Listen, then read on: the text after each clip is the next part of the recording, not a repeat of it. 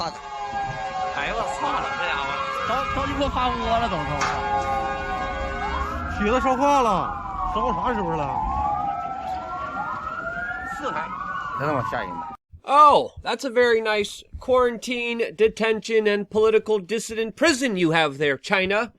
Would be a shame if someone burned it down. Welcome back, beautiful and amazing human beings. My name's Luke Radeski here of WeAreChange.org. And man, oh man, do we have some crazy news for you today, as it looks like the corporate media is literally overtly now doing a public relations tour for a scammer. Well, that's obviously their job description, but they're just doing it more obviously than ever. This, as of course, we have more crazy news coming from China. Lots of really crazy developments, just like you saw from the introduction of today's video. So much pain, so much human suffering, so much insanity that many global elites wanted to bring to the rest of the world. And luckily, it didn't happen. It's being fought back, pushed back against right now in China. Will the people there be victorious? Will they win? Well, only time will tell, but we're going to be talking about that, plus a lot more, all on this independent media broadcast. If you like the shirt that I'm wearing, you could get it on thebestpoliticalshirts.com. And again, the clip that we played in the beginning of this broadcast was originally shared by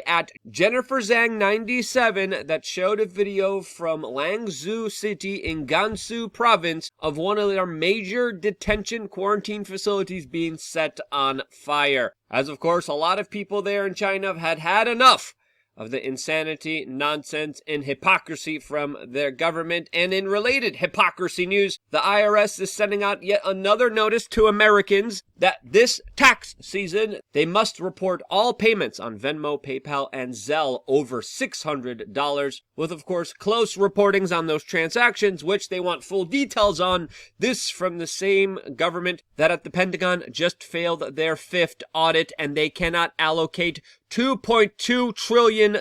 Yes, the Pentagon has lost an additional $2.2 trillion. And in related, absolutely disgusting, hypocritical news, we also have the multi-billion-dollar FTX scandal that the government just looks like they don't give a damn about. All of this is Sam Bankman-Fried, the man behind this larger Ponzi scheme and robbing of wealth, is still living very comfortably in the Bahamas, just hanging out and chilling in the hundreds of millions of dollars of real estate that he, of course, spent money on that was never his. Judith Broadwick said this caption with the specific photo of Sam Bankman-Fried hanging out on his beanbag saying, quote, "That warm and fuzzy feeling a slimy rat bastard gets when he's being protected by the media and politicians for stealing billions from his customers and giving it to them." As many people should not forget that what happened with the FTX scandal is not some kind of accident, as many powerful people want you to believe, but a deliberate, intentional fraud that intended and did steal money from both users and investors while offering up a huge sum of money that essentially is protection money to the current political establishment in Washington, D.C. CoinDesk has a very interesting article about this titled "FTX Collapse Was a Crime, Not an Accident." It is definitely worth reading, as Sam Bankman-Fried even just admitted not so long ago that he only reopened withdrawals from FTX for local people in the Bahamas since, quote, he didn't want anyone in the country to be angry at him. And when this fraudster is not getting away with what some people have described as the crime of the century, he's being applauded and celebrated by the New York Times. On behalf of everybody here and on behalf of the public, I want to thank you for engaging in it at a time, in truth, when I know you've been advised not to. So thank you so very, very much. Thank you. Sam Bankman-Fried. Yes, thank you for working with the Bank of Ukraine, the World Economic Forum, many powerful Democratic super PACs, and of course the power establishment in Washington, D.C., essentially stealing money from the average consumer. My goodness! Golly gracious, just when you thought a lot of this couldn't become more in your face, more overt, more disgusting, you have the New York Times celebrating and applauding a con man who, again, didn't give us any answers here. He just said, yeah, guys, sorry, I don't know what happened here, but I'm definitely going to find those dastardly people that stole all your money. Meanwhile, he's the actual crook here. And there's no denying it. And the corporate media still is not giving this story any kind of justice here at all. there's a lot of crimes here. There's a lot of evil here. There's a lot of people who lost their entire life savings. And the major lesson that people are learning from this is that, hey, as long as you buy off the media, as long as you buy off the politicians, you're going to be totally fine. As Sam Bankman-Fried is literally going on a public relations tour. Good Morning America is hosting him in the next few hours in yet another one-on-one sit-down interview, which is essentially whitewashing all the horrible actions that he has committed against the average human being that invested in FTX. Vice has an article saying Sam Bankman-Fried is trying to find the guy who did this. What? Can you believe the absurdity, the nonsense of this? While the federal government sits back and demands you report every $600 transaction, they're letting this man get away with the crime of tens of billions of dollars, all of course as they ruin the lives of other people for stealing information, pushing some people to end their own lives, like Aaron Swartz, Julian Assange, Edward Snowden, but Sam Bankman-Fried still remains free to this day with no files charged against him, which is absolutely criminally insane. Which, there soon might be a microchip that could be fixing in the human brain, as Neuralink, the official brain chip company of Elon Musk, has announced that they are going to begin human trials in the next 6 months.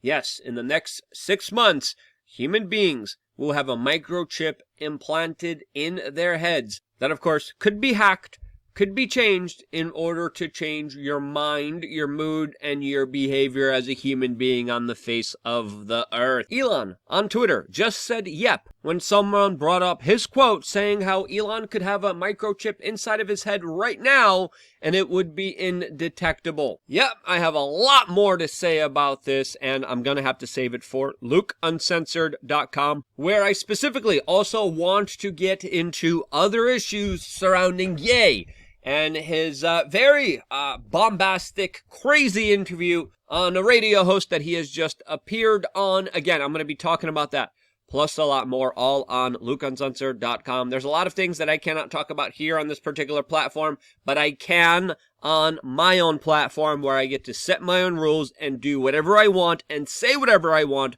all because of your participation, your involvement, your investment. Just 50 cents a day helps sustain and grow this independent media operation, and boy, oh boy, is there a lot to talk about from today, especially with the bigger revelations from Ye on this broadcast show that are shocking. I have a very nuanced take on this, and again, all those spicy topics, all the videos going back nearly 12 to 13 years on this broadcast, all the videos that you cannot see on this platform are all available for you. 12 plus years of videos available to you right now on LukeUncensored.com. See you there right after this video, as this is going to be a very important video available only for members. Now, we're still not done here, as of course there's more and more crazy video and information coming from China that looks like there was a revolution started at the recent Apple Foxconn factory that is responsible for nearly half of all the iPhones in the world. And there's a lot of frustrating, brutal photos and videos that, again, we will not be showing you on this broadcast. This is a family-friendly broadcast, but even describing some of these situations is disturbing to understand the power of the state that it ritualistically abuses, all in the benefit of squashing down and controlling humanity. Truly, what's happening in China is absolutely disgusting. And whether it's people being ripped away from their homes, from their family members, and being sent off to camps in order to allegedly quarantine, whether it's being put on buses and literally shipped into government-controlled facilities, into pods, which have been documented to have extremely poor conditions, not enough bathroom facilities, and are truly the opposite of what any scientific or medical person would describe as a quarantine, highlighting the true dangers that is brought to civilization when they keep complying with the whims of government. In the Western world, there was a lot of pushback against what the government was doing eventually in China, there was none, because of the social credit score that many Western elites want to implement here in the United States and the rest of the world. Simply put it, what's happening in China is a larger test of compliance that they are beta testing and are shortly trying to implement everywhere else. They're just testing out the parameters, seeing how it will work, seeing how they need to tweak it in order to, of course, roll it out everywhere. And this could be why, as we played in the beginning of this video, there's a lot of people standing up against a lot of this nonsense, and there is a lot of stories of testing centers and quarantine camps literally being destroyed and set on fire. Now, very surprisingly, in response to all this news, we also found out today that China will be lifting some of their restrictions on the people, as it looks like they are trying to push back against their very heavy-handed policies that started these protests in the first place. This, as some people are calling these lifting of restrictions, a surrender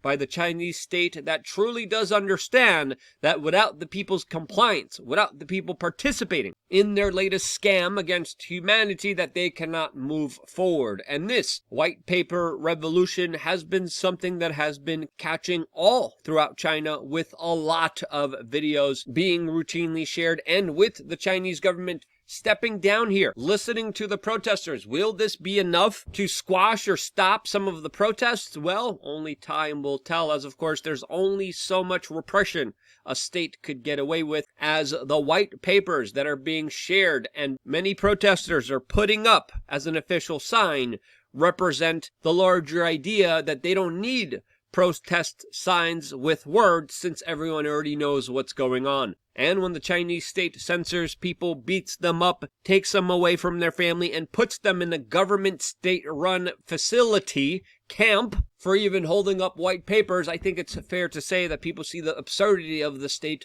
more and more. And we have to understand, a lot of this started specifically in this Foxconn factory, where workers were literally barricaded inside of the factory and told to live and sleep there because of an alleged outbreak, leaving, of course, to disastrous situations. And that wasn't even what led to the protest. The people that were working there fled the factories, and they were brought in by Foxconn and Apple saying, hey, we're going to be paying you guys more in bonuses if you guys just come back. We promise not to lock you inside ever again.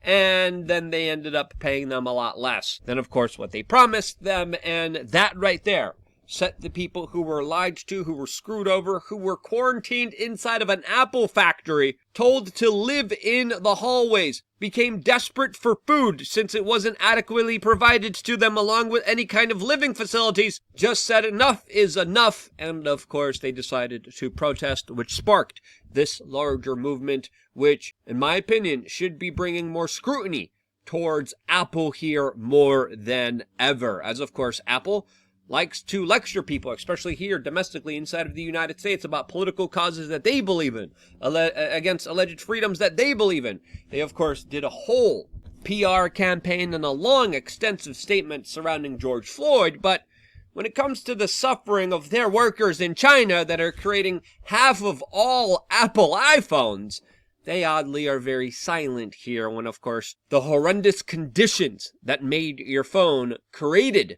this scenario and situation where the people of China are now standing up and fighting for their freedom against the repressive state that wants to control every aspect of their life and is literally sending them off to government camps, facilities with 90,000 people, 100,000 people, 110,000 people, living all in pods in squalor without even having proper bathroom or washing facilities. Yeah, there's a reason fires have been lit, not only in quarantine camps, but also in the hearts of a lot of individuals and people. And if you have that fire within your heart for freedom, for liberty, for personal responsibility, for you to be left alone and to not hurt anyone and to not steal from anyone, living under those core basic principles of humanity, share this video with your friends and family members. It's more important than ever. I wouldn't be here if it wasn't for you guys. That's why I love you guys. Stay tuned for more here on wearechange.org. One more video right now on LukeUncensored.com.